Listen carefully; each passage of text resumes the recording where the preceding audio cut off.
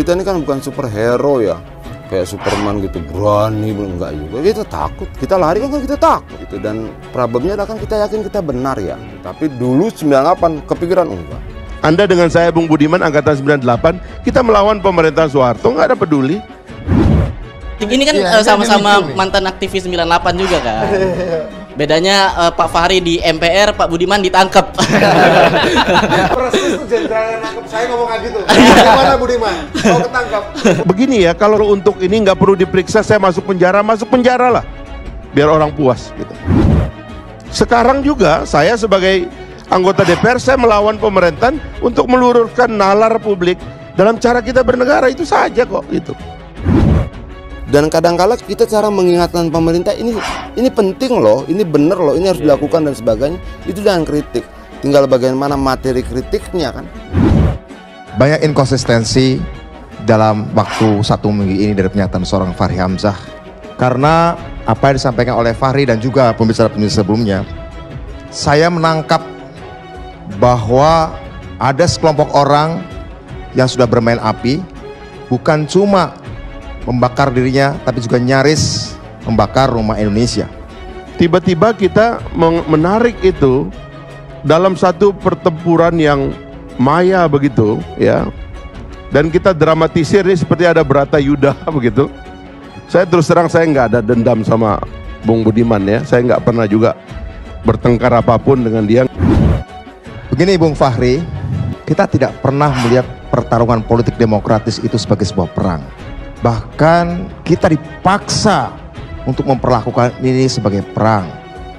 Pak Jokowi, Presiden Republik Indonesia, dan selalu mengatakan, dalam berpolitik demokrasi harus dilakukan dengan penuh sukacita dan kegembiraan.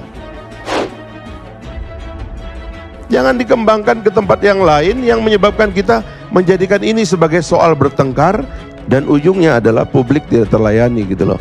Kita tidak pernah melihat ini sebagai perang. Entah itu namanya perang Badar atau perang Uhud, suatu retorika yang kita sudah kenal betul bertahun-tahun dipakai seolah ini adalah perang antara partai Allah atau partai setan.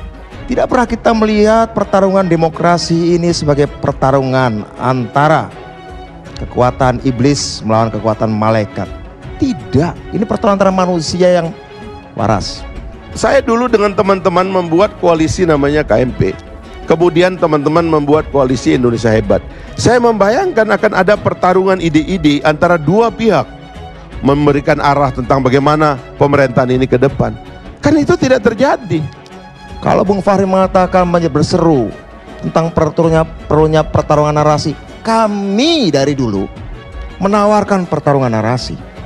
Entah saya nggak pernah dapat jawaban dari Bung Fahri yang begitu mendambakan pertarungan narasi itu. Yang lebih sering saya dengar dari Bung Fahri dan teman-temannya tidak pernah menjadi counter narasi bagi pertarungan politik demokrasi ini. Kami tidak mengubah, kami tidak beranjak sesenti pun dari rel bahwa pertarungan demokrasi adalah harus pertarungan sukacita dan penuh kecerdasan. Masalahnya kami dipaksa untuk berhenti sejenak saja kok. Kami tidak akan berhenti di stasiun busuk ini, yang berbau ini, beraroma busuk ini. Sebuah stasiun yang memaksa kami berhenti sedikit agak lama karena ada yang jualan telur busuk di sana. Suatu makanan panganan yang dipaksakan pada kami dan kami harus memprotes. Kalian sedang apa? Kenapa kalian menawarkan pada kami perjamuan dan makanan-makanan kadaluarsa? Kami tidak senaif itu, Bung Fahri. Cuman tadi cara Anda mendramatisir ini sebagai satu muslihat yang luar biasa, menurut saya agak celaka kita ini Bung Budiman ya. Saya meyakini ini bermotif politik. Hati-hati kalian bermain dengan api. Bung Fahri tadi mengatakan kita semua, tidak kita semua. Anda, kelompok Anda bayangkan etikanya ketika Anda berkampanye bareng bertahun-tahun, mengeluarkan hoax bareng selama bertahun-tahun, menyerang dalam orkestrasi irama dan nada politik yang insinuatif dan penuh kebencian. Saya melihat bahwa ini bukan sesuatu yang kebetulan, terlalu kentara, terlalu jelas, yang patut diduga memang untuk mengeksploitasi emosi kita. Kalau ada fight yang terakhir yang ingin kita lakoni, fight untuk memelihara agar persaingan ini menjadi persaingan yang baik. menjunjung tinggi nalar dan menyudahi kalau pernah ada dendam-dendam lama gitu. Saya tidak ada dendam, tidak ada kemarahan, kecuali bahwa saya marah karena ada inkonsistensi. Tidak ada komitmen pada konsistensi. Mereka, kelompok mereka di mana Bung Fahri ada di dalamnya, mungkin tidak resmi ada di dalamnya, tapi jelas masuk dalam retorika itu. Mereka nyaris melukai tubuh bangsa ini dengan jenis luka, ya, dengan jenis luka yang akan sangat susah disembuhkan dalam jangka waktu lama. Dan kita diminta sekarang untuk meminum obat bius untuk melupakan itu. Sekali lagi, untuk menyuntikkan obat bius ke dalam tubuh kita sendiri, melupakan rasa sakit itu, panas itu, perih itu, suatu luka yang sebenarnya benihnya ditanam sekian lama hanya karena mereka tidak adil dalam membagi hasil rampokannya. Wakil Ketua Umum Partai Gelora, Fachri Hamzah, menyampaikan pesan kepada dua politikus PDIP, Adian Apitupulu dan Budiman Sujatmiko. Fahri menyampaikan pesan itu lewat Twitternya saat mengomentari sebuah unggahan foto kebersamaan kedua aktivis 98 tersebut. Ada 6 pesan yang disampaikan Fachri Hamzah selaku sesama ex-aktivis 98 itu kepada kedua tokoh tersebut.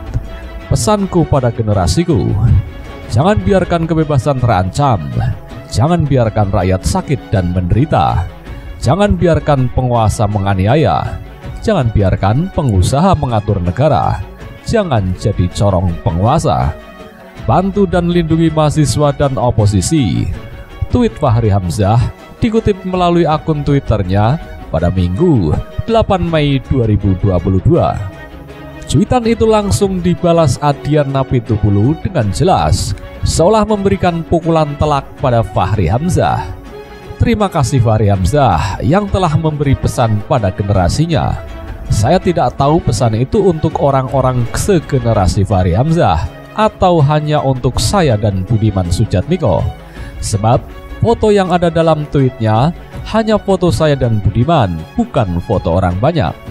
Saya melihat pesan itu seperti mempertanyakan komitmen perjuangan, komitmen kerakyatan saya dan Budiman setelah 24 tahun reformasi.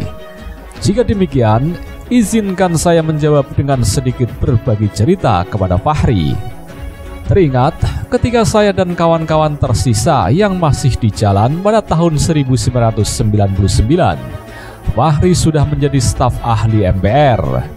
Berikutnya, tahun 2004, Fachri dilantik menjadi anggota DPR, sementara saya dan kawan-kawan masih dipukuli dan ditangkapi. Tahun 2008, kantor pengacara saya dipasang polis lain. Saya dikejar hingga jadi gelandangan. Berkeliling dari kota ke kota, lalu mengumpul troli di berbagai pusat perbelanjaan. Tahun 2010, saya dipukuli hingga babak belur oleh belasan polisi di Pengadilan Negeri Jakarta Pusat. Fachri, kita beda pilihan, beda jalan, dan saya pilih jalan yang sulit, menyakitkan dan tidak menyenangkan. Walau demikian, toh saya tidak pernah usil mengkritik dan mempertanyakan pilihan politik masing-masing orang, termasuk mengkritik Fachri saat itu sedang menikmati kursinya sebagai anggota DPR RI. Tanggal 13 Maret 2007, DPR RI memutuskan agar penyidikan kasus Trisakti dan Semanggi tidak diteruskan. Saat itu, bukankah Fachri yang mengaku aktivis 98 juga sudah menjadi anggota DPR dan berada di Komisi 3, komisi terkait hukum dan HAM? Saya kecewa, tapi juga tak menghakimi Fachri. Walau sebagai pimpinan Komisi 3, tentunya Fachri berusaha melawan penghentian penyidikan itu, bukan? Tahun 2014, saya baru terpilih menjadi anggota DPR, sementara Fachri kembali terpilih yang ketiga kalinya. Saat menuju pemilihan pimpinan DPR, Fachri bersama sebagian anggota DPR mengubah Undang-Undang MD3 agar partai pendukung capres yang kalah bisa menguasai seluruh pimpinan DPR. Upaya itu berhasil dan membuat Fachri menjadi salah satu pimpinan DPR. Sekali lagi saya kecewa. Bagaimana mungkin Fahri yang mengaku aktivis 98 bisa menggunakan cara-cara yang bagi saya tidak mencerminkan cara berdemokrasi yang sehat, dewasa, dan sportif. Untuk kesekian kalinya saya mengelus dada melihat realitas politik di DPR. Agustus 2015, Fahri Hamzah mengatakan bahwa anggota DPR rada-rada blow on. Pernyataan itu bukan saja menghina para anggota DPR, tetapi juga menghina partai yang menyeleksi calon. Bahkan lebih jauh menghina rakyat sebagai pemegang kedaulatan yang memilih nama-nama di bilik suara. Kembali saya kecewa pada Fahri yang mencela proses demokrasi yang sudah memberi dia kesempatan menjadi anggota DPR 3 periode. Aneh, bagaimana mungkin ada orang yang bisa mencaci maki sebuah proses, tapi hasil dari proses itu justru dia nikmati selama belasan tahun. Selanjutnya saya tidak bicara tentang kerja formal DPR, yaitu membuat undang-undang, menyusun dan menetapkan anggaran negara, lalu mengawasi eksekutif terkait pelaksanaan undang-undang dan penggunaan anggaran. Saya ingin menyampaikan kepada Fahri Hamzah, sumpah jabatan DPR juga memperjuangkan aspirasi rakyat. Tidak sekedar kalimat dalam undang-undang maupun angka APBN, melainkan juga menggunakan kewenangan dan jejaring politik anggota DPR untuk melakukan pembelaan terhadap rakyat yang dianiaya dan yang diperlakukan tidak adil. Dalam hal perjuangan kerakyatan itu, bolehkah saya bertanya, di mana Fahri ketika saya dan rakyat sejak 2015 memperjuangkan agar berhektar-hektar tanah cendana di Kabupaten Bogor bisa dibagikan menjadi milik rakyat? Di mana Fahri ketika saya dan sebagian rakyat Bogor, Cianjur, Sumedang, Bandung, Majalengka, Cirebon hingga Semarang memperjuangkan hak atas tanah yang dilintasi jalur Sutet? Bolehkah saya bertanya kepada Fahri Hamzah, di mana dia saat saya dan Dhani Amrul Ihdan, direksi MinID, bersama masyarakat Pongkor berjuang sesuai harapan Presiden Jokowi agar ribuan rakyat bisa membentuk koperasi tambang yang menambang emas di lahan Antam di Pongkor? Di mana Fahri ketika saya dan masyarakat Konawe Utara memperjuangkan 400 hektar lahan Antam agar bisa dikelola perusahaan daerah Kabupaten Konawe Utara? Di mana Fahri ketika saya memperjuangkan 170-an orang masyarakat Seram bagian barat yang telah lulus CPNS 10 tahun lalu tapi tidak pernah diangkat sebagai ASN? Oh ya Fahri, walau tidak memuaskan 100% dan dengan segala kekurangan, kelima masalah sudah dimenangkan rakyat. Kenapa Fahri tidak ada bersama saya saat menjenguk ribuan aktivis dan mahasiswa untuk memastikan tidak ada kekerasan dalam pemeriksaan terhadap mereka yang ditahan di Polda Oktober 2020 karena menolak Undang-Undang Cipta Kerja? Kemana Fahri ketika saya dan beberapa alumni Trisakti, diantaranya Maman Abdurrahman, Hendro, dan Ikhwan, berjuang meyakinkan bahwa orang untuk membantu rumah dan modal kerja pada 4 keluarga korban Trisakti? Kenapa justru yang menyiapkan 4 rumah untuk keluarga korban penembakan Trisakti bukan Fahri yang konon aktivis 98, tetapi justru Erick Thohir yang mungkin tidak ada di jalan tahun 98? Kenapa yang membantu modal kerja senilai 750 juta rupiah per keluarga bukan Fahri, tetapi Agus Gumiwang, yang mungkin juga tidak berjuang bersama mahasiswa Trisakti yang ditembak mati 24 tahun lalu? Di mana Fahri Hamzah saat ratusan pekerja taman dan kebersihan DPR gaji mereka tidak dibayar hingga sehari sebelum Idul Fitri? Bukankah tahun 2017 Fahri adalah salah satu pimpinan DPR? Kenapa sebagai pimpinan DPR Fahri membiarkan hal itu terjadi sehingga saya harus seharian berkeliling meminjam uang sana-sini dan menganggunkan BPKB agar gaji ratusan pekerja bisa dibayar DPR sehari jelang Hari Raya Idul Fitri? Saya tidak melihat Fahri menemani saya beradu otot leher di Kasekjenan DPR agar gaji Pemdal DPR tidak dipotong 500.000 per bulan untuk sertifikasi pengamanan.